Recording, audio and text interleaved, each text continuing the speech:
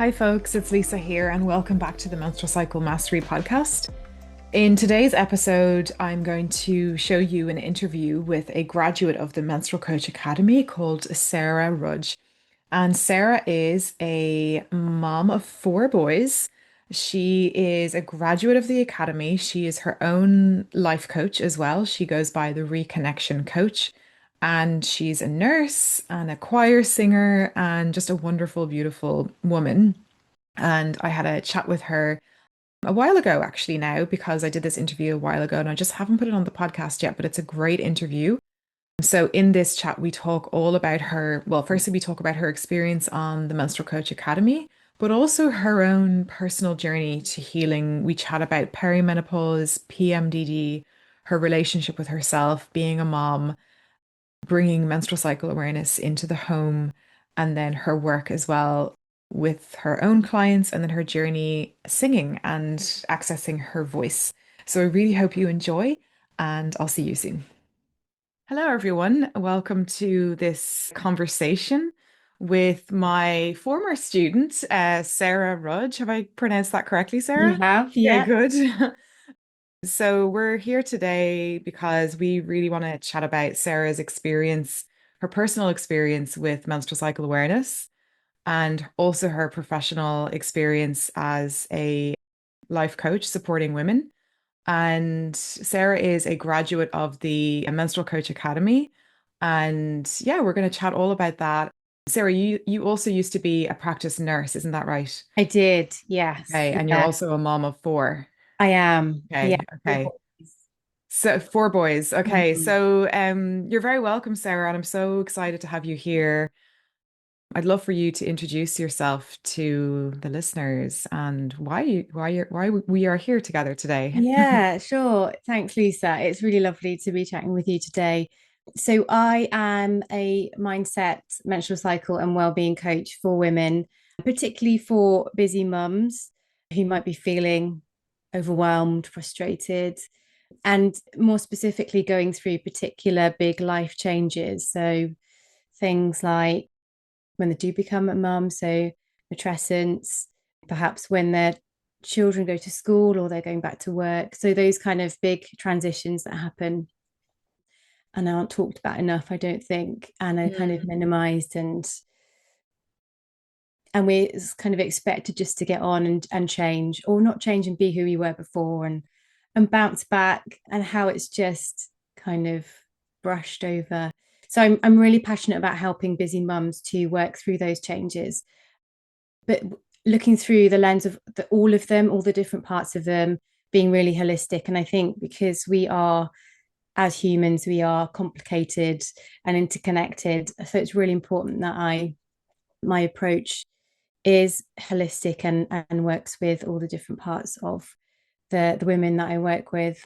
And the aim is to for them to build more of themselves in their routines and build resilience and more connection and presence so that they can find more of themselves in the day to day, but have more ease and flow in the inevitable chaos. I love that, Sarah. That's such big work and really important work because, yeah, like the reality is we have so much going on around us and Mm. moms especially. So, would you tell us maybe how you got into that work and, yeah, what brought you there? Yeah, sure. I myself had some coaching nearly 6 years ago. I felt completely overwhelmed at the time. I felt really lost and very stuck. And I had kind of lost myself in people pleasing and perfectionism. And my inner dialogue was really critical. And I just kind of got to the point where I had had enough. I knew that I had to make changes. So I reached out to a coach that I saw on Instagram and started to work with her. And I realized it was things that I was struggling with for a long time, even before having children. And having children was the one thing that I really dreamed of doing and was really sure that I would love to be able to do. But it was the one thing that kind of floored me in a way at the same Mm. time, bringing up this. It was very much a mirror to stuff that I was struggling with before. So, yeah, I started work with the coach and worked through how I'd obviously built up these coping mechanisms as I was growing up. And rather than them just being who I was, yeah, mechanisms that I could work through and change for myself. And I began to really slowly connect to who I was. Mm. And it was kind of really small steps, like journaling in the evenings and just taking a bit more time for myself, um, and just getting to know myself where I was at that point. And it was, yeah, and it's still an ongoing process now, but it was hugely life changing and put me on this path where I want to help other mums and women in similar situations.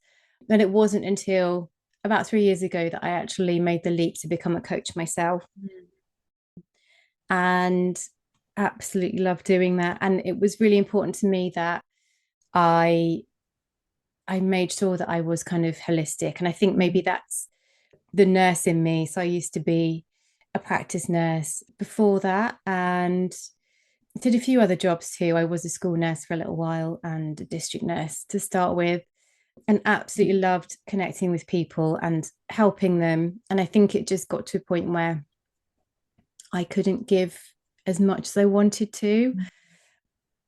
So, and it was, and in terms of balancing it after having children, I had two boys at the time and I just couldn't do both. Mm. And I know that some women can and love having the different roles in their lives, but for me it was too much. So yeah, I stopped working as a nurse, which wasn't an easy choice financially, but it was the right thing for us as a family. Yeah, and I think sort of being a stay-at-home mum was amazing and the most difficult thing ever at the same time. And I think I just kind of lost myself more in that. Mm. But I think it needed to happen. It needed to happen. It was kind of inevitable that it was going to happen. And yeah, so I feel really passionately that I want to help other women through challenges that they might be facing through coaching. Um and I wanted to make sure that it was an approach that kind of worked with different parts of us. So I've done a neuroscience for coaches course so that I can help to bring some of the science of habit formation and goals and that kind of thing. And I did a somatic coaching course so I can bring some somatic exercises so that we do kind of tap into the wisdom of our bodies. Because I've very much been somebody who lives in my head and for a long time, a massive overthinker. And I think I would never have even thought of tapping into my body for in terms of wisdom that it holds and the information that it can kind of give me. And then I saw your podcast and was listening to that, and something just kind of clicked in me that it was this final jigsaw piece that was missing, because I was struggling with PMDD alongside kind of getting on with being a busy mum. It was something that had kind of come to the forefront a bit sort of about 4 years ago. So when I found your podcast and the wisdom that brought me, it was hugely helpful. And then when I realized that you offered a course, I had this really visceral reaction in my body that was something that I was meant to be doing Mm. to help support myself and to bring that work into my coaching as well. I love that, Sarah. I love the story, and you've taken us on the journey there a little bit. And I can really relate to that feeling of the visceral feeling of, oh, this is the next piece of the puzzle Mm. for me to do. So, with regards to because you wanted to chat about the course then and PMDD, and that must not have been easy for you as a mom of four to be navigating PMDD every month. Would you maybe give us a little insight into Mm, what your experience of that was like? yeah, sure. It wasn't easy. It felt for 2 weeks of the final 2 weeks of the month, through my luteal phase, I felt like a different person. I felt like I was two different people, and I wanted to retreat and hide away, but obviously that wasn't possible. So I had to work really hard to give myself capacity to make sure that I was patient for my boys and was able to function well enough for them.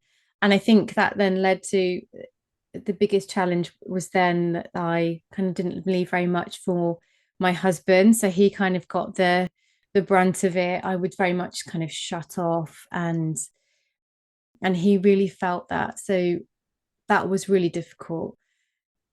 And I was trying to work against it. I was trying um to ignore it sometimes and squash it down and try and sort of minimize it as much as I could, but it was very difficult to minimize because it was really powerful, and I wanted to kind of disassociate from it, disconnect from it, I guess, and just say to myself, well, it's not me, it's not who I am. And yeah, it was really difficult. And just before COVID, actually, I'd gone to the GP about it, and she had offered for me to go on a pill, to go on Mm. the progesterone only pill to see if that would help. And then COVID hit, and my husband was actually a key worker, and I just didn't want to try something new whilst I was at home by myself. So it was about probably 18 months later that I went back to the GP and just, and I knew then I'd done some research about different, I don't think it's nice guidelines. I think it's something similar, but about what GPs can offer. And I really didn't want to add more hormones to the situation. I just Mm. didn't think that was the right thing. And I'd been part of a PMDD support group, and they had been really informative and helpful. So I kind of went knowing that I wanted to try something in particular, which was medication for just the luteal phase. Mm. So an antidepressant for just the 2 weeks of my luteal phase. And and she was really open to that. She could see that I'd done my research and that I had Mm. gone in kind of making an informed choice, and she was happy to give that a try. Um, and so that's what I did, and it really did help. It really took the edge off, and yeah, it helped the kind of it not be quite so harsh in the contrast between my luteal phase and the other 2 weeks of my Mm. cycle. Because for me, it was literally I have ovulation pain, so I know that I was ovulating, and then literally the next day I would start to feel like I was dipping into this space, and it was, yeah, a big chunk of time every month. So having this medication really helped, and I knew it was, I was in a better place for it. And then when I found your course, I it something inside me, I just knew that it was what I needed to do to really support myself even further. And so by doing the course, I was fundamentally doing it for me. And it was so it was so powerful because I began to be able to sort of honor all of the parts of me rather than dreading the last 2 weeks and seeing it as a something I wanted to switch off from and wished it didn't take place. I kind of started to appreciate that it was a big part of me. It was part of me. It wasn't a different person. It was me, and there's wisdom there to find, and there are ways that I can help myself so that it was a space that I was happiest and more comfortable to be in. Mm. And so over the course in that time, it was something that actually began to enjoy and look forward to, which I never ever thought would be possible for me to look forward to that second phase of my cycle. I think because I had small ways that were different to look after myself. So I would look forward to those small ways, those kind of small rituals of giving myself myself space and time to journal in a certain way, to welcome in my inner critic rather than try and shut it down. Mm. And it was just really freeing to be able to accept all the parts of me rather than fight against them, ignore them. Yeah, it was amazing. And I think also being in that collective space with all of the other women, it was so powerful and co-regulating. And so it kind of, there's almost this kind of permission that was there to be all of the parts of us. Mm. And yeah, and that's something I've never experienced before. Being in a space like that you created was really special. Oh, thank you. Yeah, thank you. And thank you for being part of it, Sarah, and sharing your experience of the course. Because it's funny because now that's a year ago now that Yeah. you joined. So part of me is like, oh, I don't really remember what I said or what was said in the group, you know. But you're right, everyone has their own journey, and I love that you were there for yourself, you know. And I think a lot of people are actually there for themselves, or at least when we go into that space, we're there to learn, but we also have our own embodied journey with the Mm, material. It's hard to do the work if we don't have our own relationship with it. yeah, definitely. Yeah. So okay. So where are you now then with your journey and PMDD now that that's a year later? Yeah. So having been in a really good space for, yeah, almost a year, I would say, um, my cycles have started to change a bit in terms of length and more recently that kind of the starkness that hadn't been there for a fair while after having medication and then doing my menstrual cycle awareness work. I've kind of had pockets of those PMDD challenges recently, but not in my luteal phase necessarily. So I feel like it's kind of those challenges have been cropping up throughout my cycle. So I feel a little bit less anchored in that way. And I've had some other symptoms like brain fog and that's been quite challenging at times and really struggling with a train of thought or a particular word that I'm thinking of. I've had quite a lot of joint pain, so Mm. particularly my knees and my wrists too. And I've had a bit of some digestive issues as well. I've had some night sweats um and some difficulty sleeping at night, which is new for me. So I went to the GP.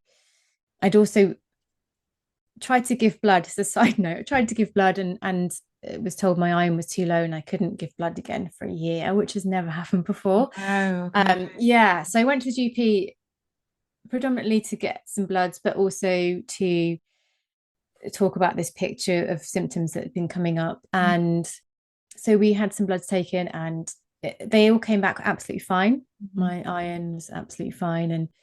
And so she kind of agreed that it looked like the picture of perimenopause, which is what I'd suspected because my periods have been irregular, newly irregular for the last kind of 6 months or so, maybe a bit more. And and I kind of half expected a bit of a fight. And I think I'd heard lots of stories from other women that you kind of to expect it to not be a smooth process of being listened to and being heard and even being Yeah. believed as Yeah. well. And I think having done the work and the course, I kind of felt even more empowered um to go knowing that what I wanted to say and making sure that I'd look to see who the best GP was in terms of their special interests in women's health and stuff.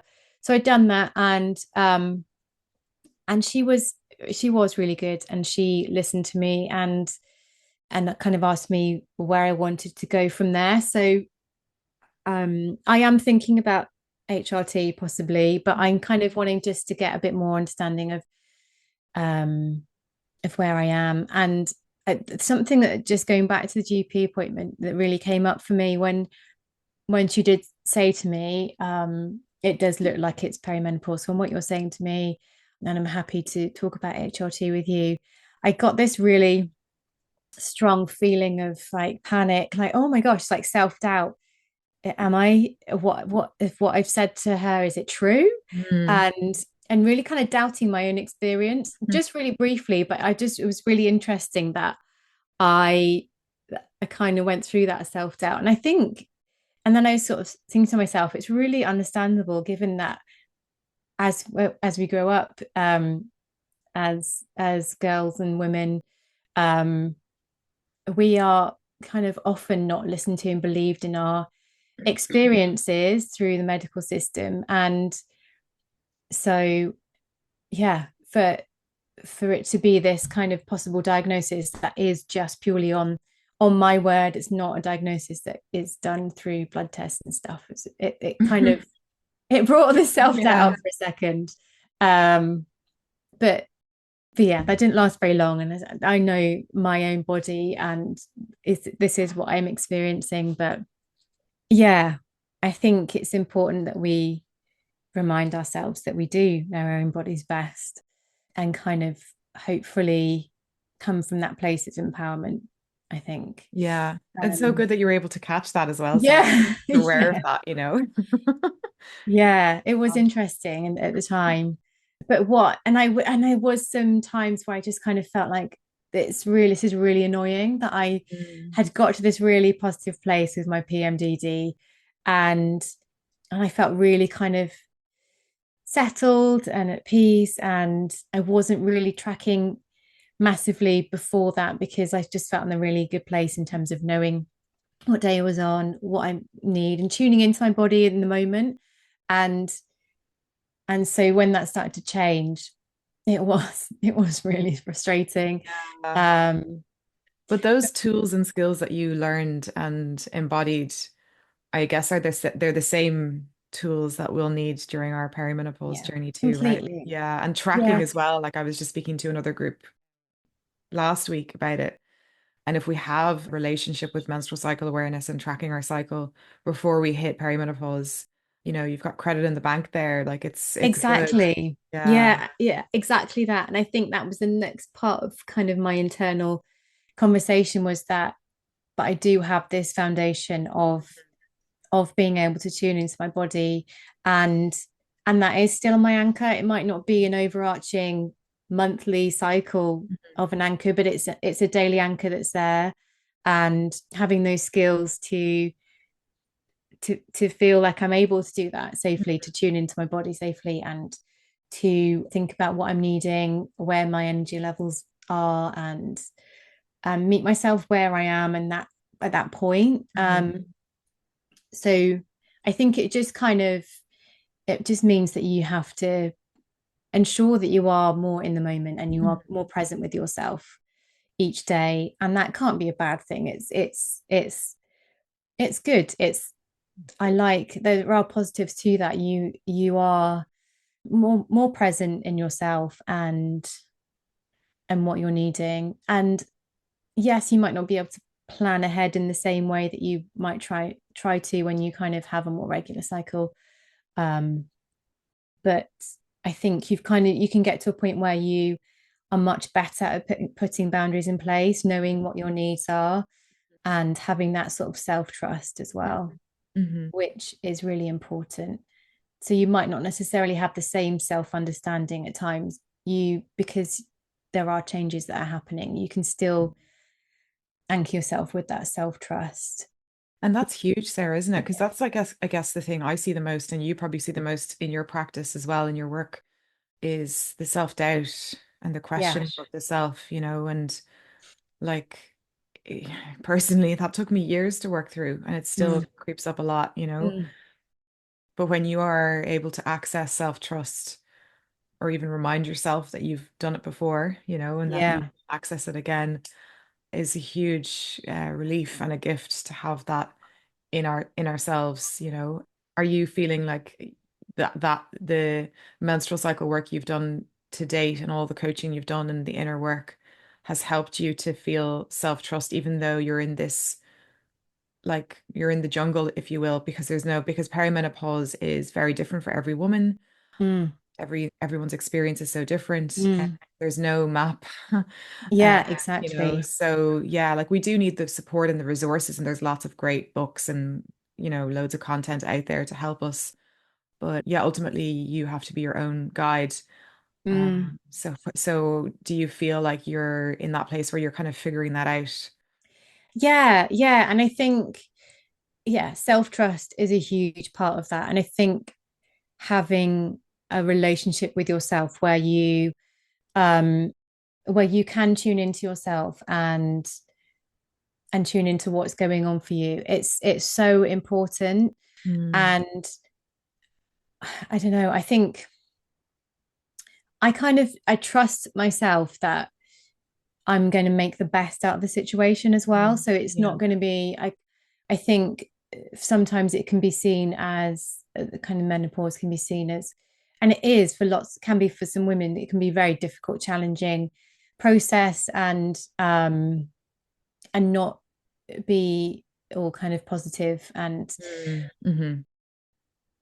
but I think I can trust myself that I'm going to best support myself in the ways that I can, and having that foundation of menstrual cycle awareness and how and sort of small rituals that I can do to meet my needs and have boundaries there and feel empowered enough to go and seek help when I need to, Yeah. or to read around different symptoms and kind of get that information for myself. I think that feels really important too. Yeah, because I think as well another thing that just popped into my head there is one of the things, and we discuss this a lot in our program, is fear. Like Mm. we live in a world where the picture of menopause is painted as this like terrible thing that happens to people, and there's loads of suffering. And yes, women do need support, but it can really, even for young girls, it can put Mm. fear into our brains that menopause is equals suffering, and darkness for everyone. And that can be, yeah, that's not nice, because if we're in fear with that, we're not supported, we're not empowered, you know. Mm. So that's something to keep an eye on, is like, are we in fear of this? Yeah, What do we do when we are in fear? Where do we go in ourselves? Mm. yeah, that is so true. And I think um generally as women that can be something as of a default Hmm. because we're not, our bodies aren't always um that we're not necessarily listened to and believed in our experiences through the medical system particularly. And so it's understandable, isn't it? It's so understandable that lots of women might feel that they're um other medical people have power over them rather Yeah, than that they know their bodies best and exactly. Yeah. to advocate for themselves. And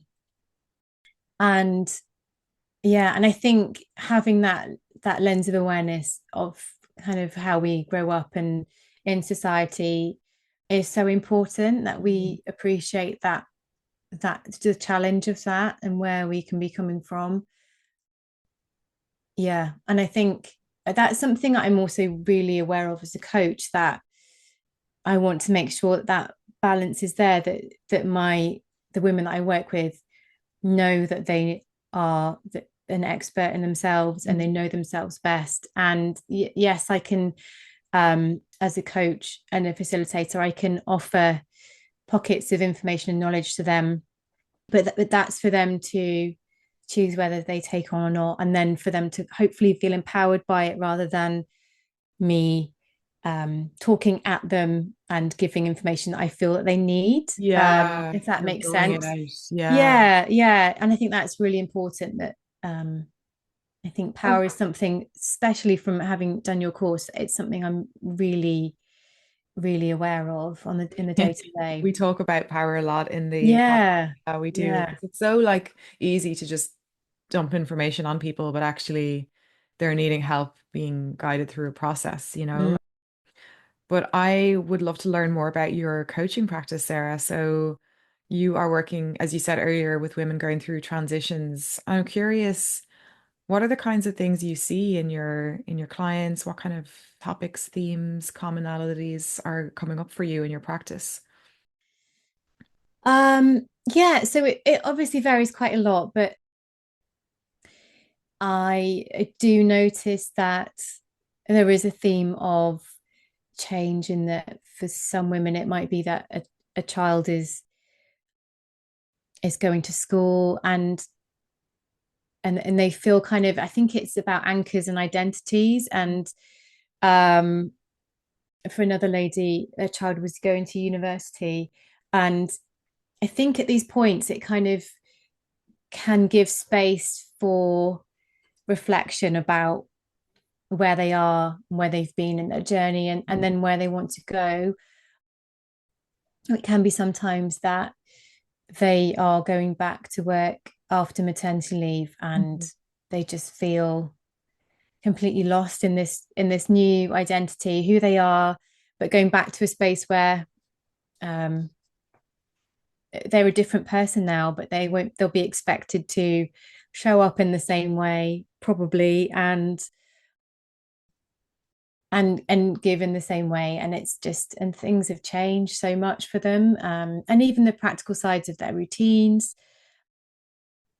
and making sure that their routines feel kind of have ease and lightness in them, and they don't feel Mhm. massively overwhelming, and that they have nothing of themselves in those routines. And because I think it's really easy to get sort of thrown into things where life is so busy that before you know it, a year's gone by, and like you just you you feel lost and Mhm. overwhelmed by things, Mhm. and frustrations can build. Yeah, so that's definitely something that I've noticed. And sometimes it can be that there's just a general feeling of feeling stuck and having no idea. And it could be that they've just realized that they need to do something about it, I guess, in a Mhm. similar way to me. Um, and yeah, and I think it's just giving space initially for them to make sense of where they've been and what they've achieved is really, really important. Um, and that can be powerful in itself. Yeah, because naturally, I suppose if we're busy and busy moms and working, etc., it's not in our diary to just kind of check in and like look at those achievements, right? So, Mm. because I even myself, like I know that I have to really remind myself to do that, because my brain will just default to what needs to get done in the house or Yeah, what or needs to just get that done. negative bias that we Yeah, have, what that just sees everything that we haven't done and she, exactly. Yeah. yeah. Yeah. Because like I think everyone struggles with transition, you know, like it's really, really hard. But it's so good to know though that nowadays you can work with someone like yourself when your children or your teenager are going off to university or going to school or yeah, going back to work after maternity leave. That's a huge transition for a lot of women. And some women are out of work for years, you know. So Mm, like and look at the world, like the rate of technology is changing and roles change and businesses change, so to step back into that isn't easy. mm. So when your clients work with you, and when they're finished maybe or that they've gone through the first process with you, where do you hope for them to get to in themselves? Yeah,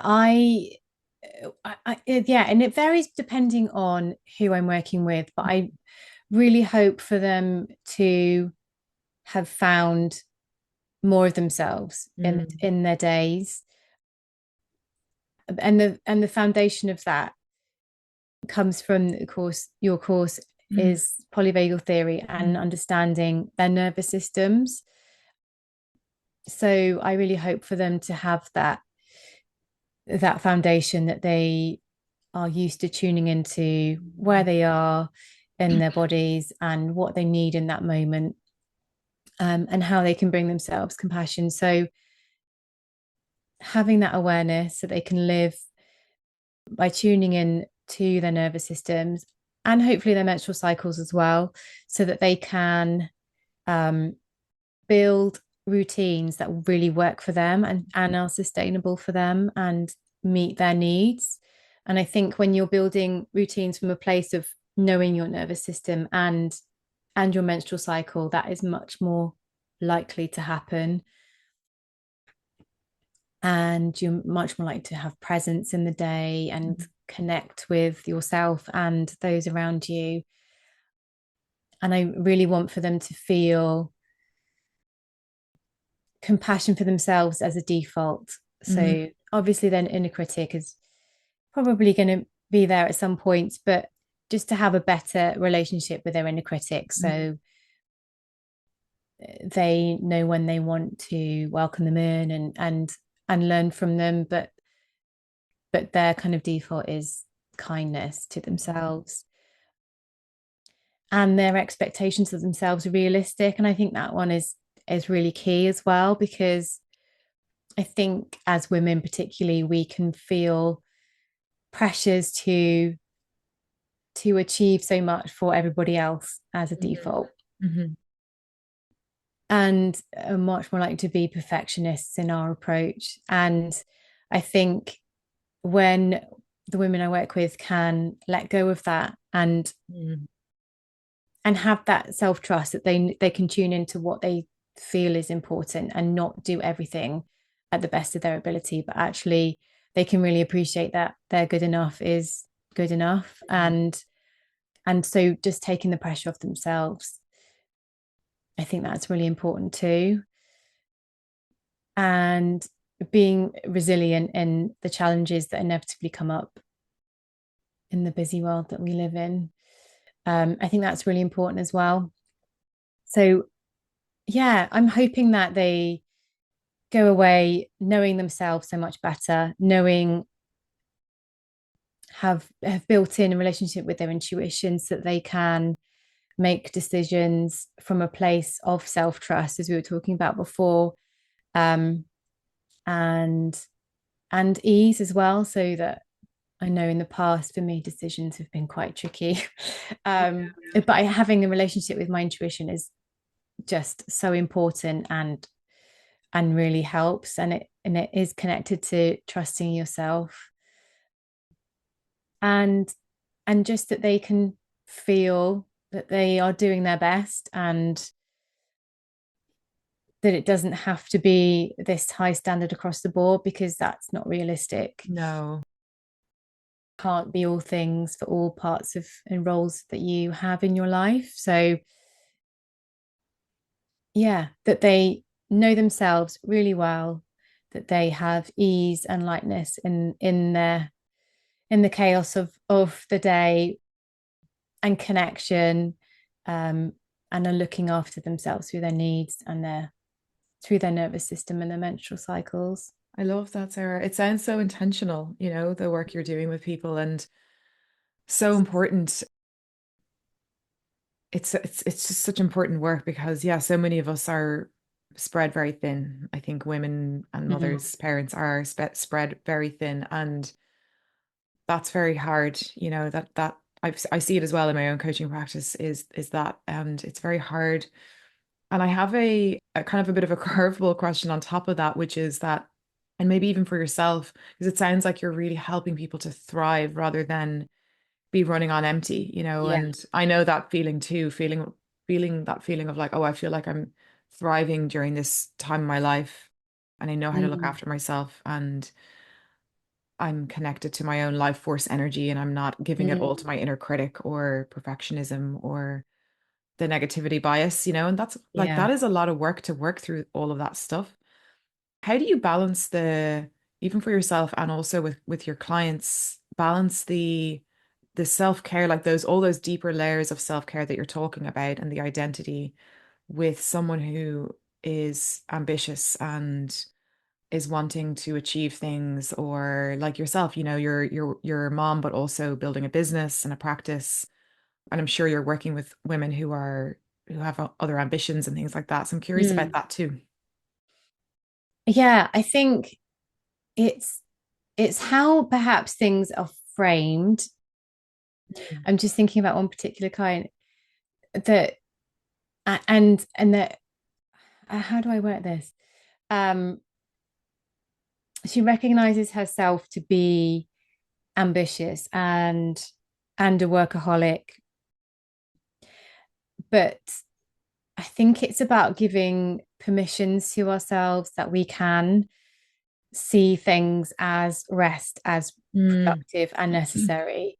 Um, and I think that comes with a bigger understanding of the systems within us, so our nervous system and our menstrual cycle, and when we can get to know those, we have the knowledge and and the understanding and the permission that we need perhaps sometimes to find, particularly as women, that we do need to rest, Hmm. um, and that does benefit our how productive we can be at different points in our cycles.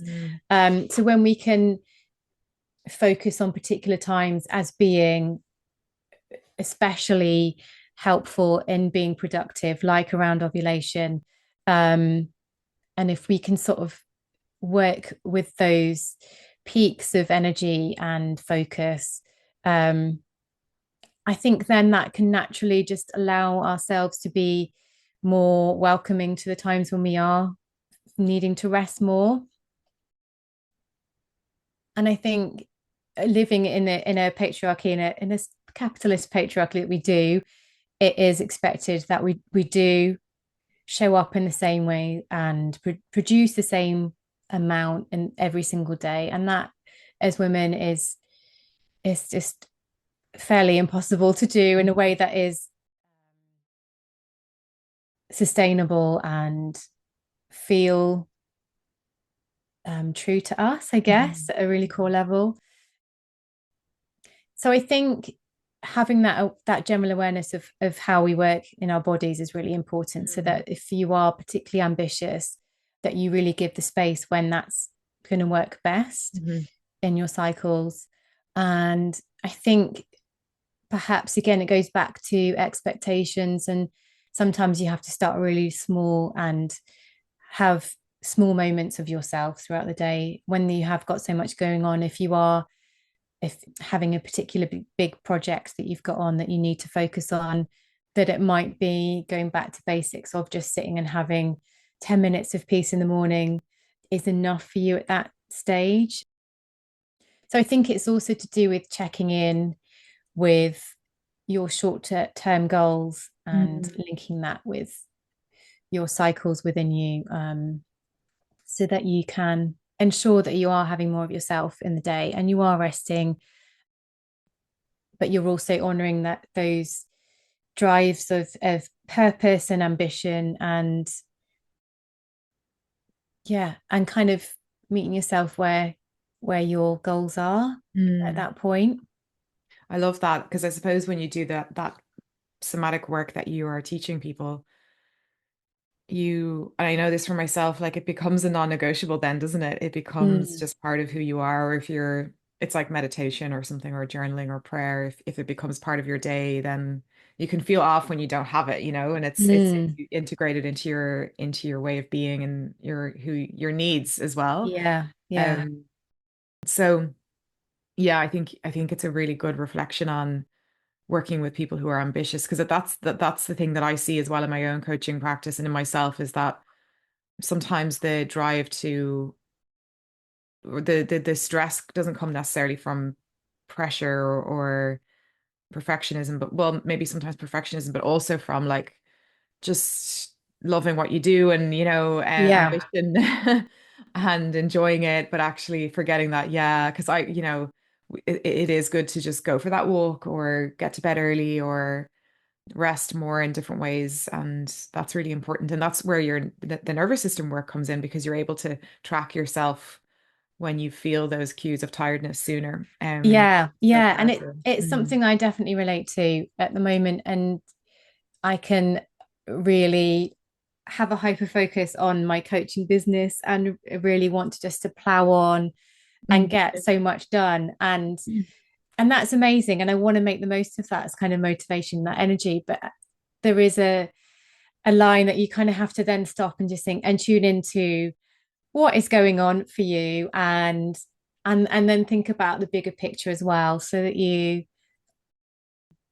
are being kind to yourself in knowing that why this is happening, but also being realistic in that these other things need to get done as well, and also that you want overall you need to be looking after yourself in terms of your nervous system. And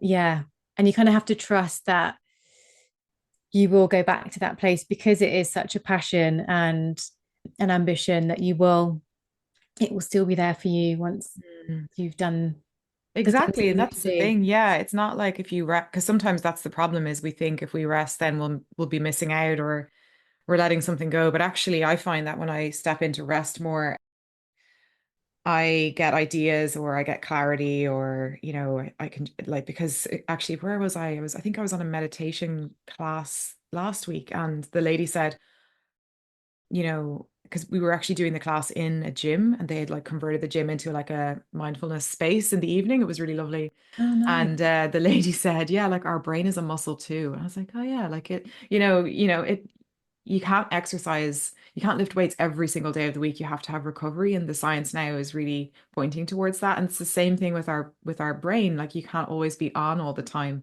Mm, Head needs to take a moment to rest. And I like when you were talking about overthinking, I was like, I can really relate to that.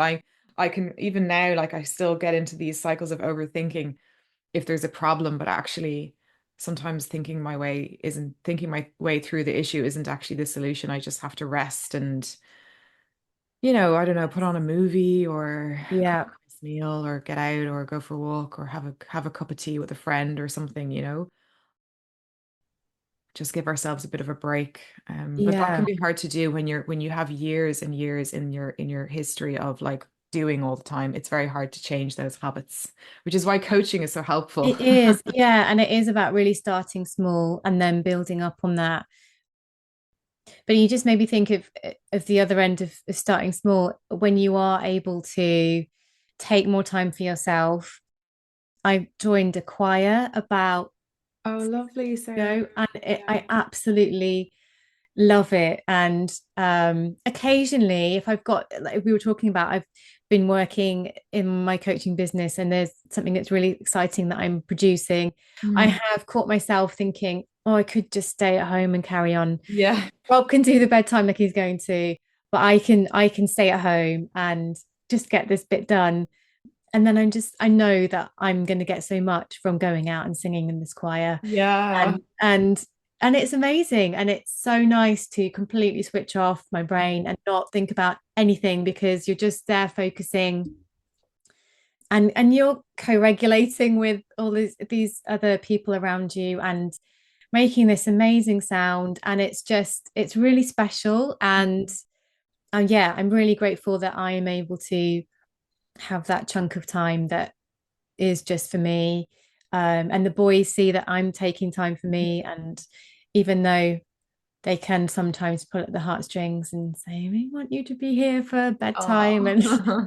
but I know that it's okay for them to, Rob is more than capable of doing bedtime and he does it a lot. So um yeah, so just kind of, if any guilt comes up, just knowing that I'm doing it to look after myself, but Yeah. ultimately looking after myself does help me look after them if I need to have that layer of Yeah. standing on it. That's Yeah, so it's lovely, Sarah. I love gorgeous. that.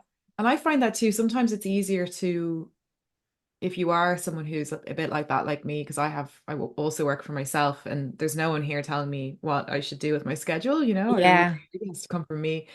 Um, the having things in your diary that are external where other people are waiting for you is really yeah, helpful.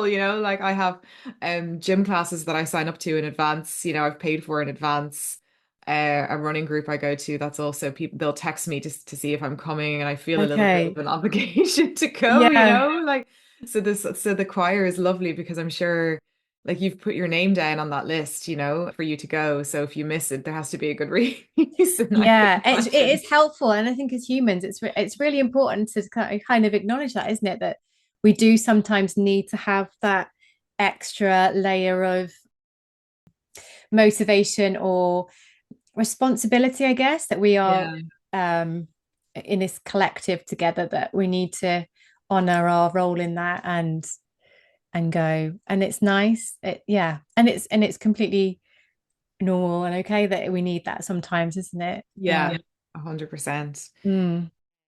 Have you got any Christmas concerts coming up with the choir? Do you know what? It's funny you should say that. Yes. It started as being we're going to do a concert for our loved ones. And then the next week, the guy who was brilliant, he announced that we've been asked to go and sing at the Christmas light switch on in town, Oh, which is amazing. It's a really special night. yeah. But it's actually one that my boys have sung in choirs before. So they're going to be watching me in my choir this Oh, time. So it's oh quite a no. nice, yeah. Yeah. Oh. It's And really is it all men and women in the choir? yeah, more women than men, but Okay. yes, there is Yeah. a mixture. Mixed. Yeah. Yeah, And lovely. I'm a tenor, so I'm a bit of a Oh, are lower you? voice. Yeah. Oh, fab. Yeah. It's funny, actually, a lot of people in my communities, in my work, there's been a handful of people who are in choirs who have spoken to me about singing Okay. as a way of correct as a way of tapping into that vagus nerve that we talk about in Mm. polyvagal, the using the voice. And I suppose, like if you think about ancient meditation practices, and chanting and all that kind of thing, Yeah, makes sense. So it what a does, doesn't lovely it? activity to do. Yeah. Yeah, it's Mm. lovely, and it's on a Wednesday, so it's a really nice kind of midpoint of the week where it's for me. I know Yeah. it's there. So yeah, I'm really grateful for it. It's really lovely, and it's just yeah, it was meant to be. It's just down the road. Um, it's really really nice to have that time for me every week. Yeah. And you're connecting with others as well. I'm sure. Mm, Yeah. mm. So lovely, Sarah. So tell us, where can people find you and your work? Yeah, so I am on Instagram. I am Sarah the Reconnection Coach with underscores in between each word.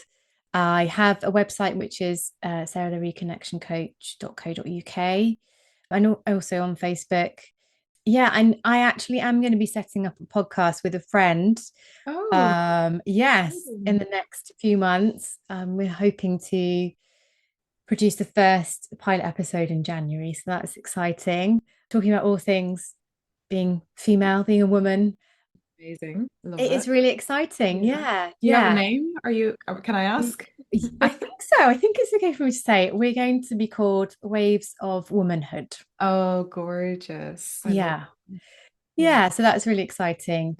But if anybody wants to just connect and say hi, I'd love to hear from anybody.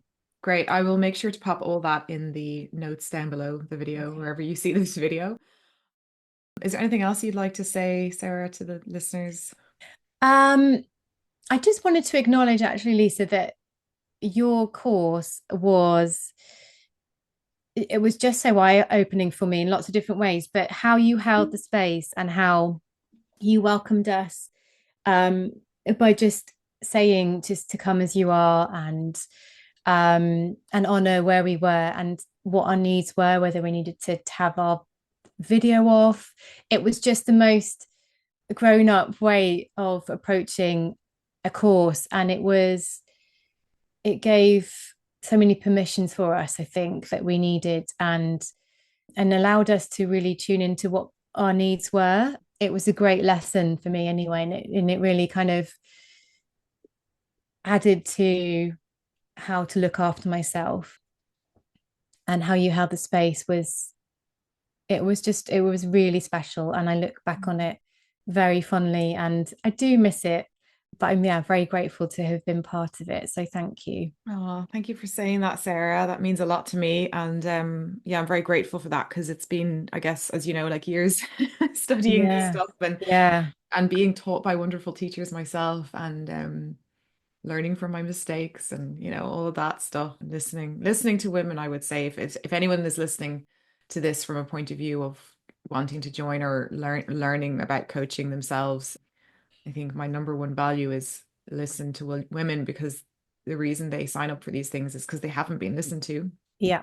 and or they're struggling because they haven't been listened to, or they haven't gotten the help they needed. And so when we listen, we get a lot, they tell you Mm. what they need. So Mm. yeah, so thank you for saying that. And I'm so glad that you're now integrating that work into your coaching practice. And that's another really exciting thing, is that you like, one doesn't have to become a menstrual cycle coach, but you can have a more general practice, and have niched services, and work with Mm. very specific areas like you are doing with your clients. Mm. And then Yeah. bringing it in depending on what your clients are needing or what they're ready for, as well, as something Yeah, important. definitely. Yeah. Yeah. And sometimes it isn't something that they necessarily would be on their radar to need, but Yeah. it can bring so much information and understanding of themselves. So it's really important work. Yeah. Yeah. Well, thank you, Sarah. So Yeah, fun to thank chat you with so much. you. We'll have to Yeah. have you back in again when talking about self-employment and working from Yeah. home, because Yeah, that's I'd a whole love other that. topic. Thank you so Yeah. much for having me, Oh, Lisa. you're It's so lovely welcome. to And I'll see you. make sure to pop all your links in the show notes. Thank you, everyone, for listening. Take care. Thanks for joining me on the Menstrual Cycle Mastery podcast. If you'd like to begin this work with me, I run the Menstrual Mastery Collective, a monthly membership where you can dive deep into this work live alongside me and a supportive community. I'm also the founder of the Menstrual Coach Academy, a professional training space for trauma-informed coaching and facilitation. Head on over to the links in the bio to sign up for courses, programs, and grab any resources available. I'm so glad you're here.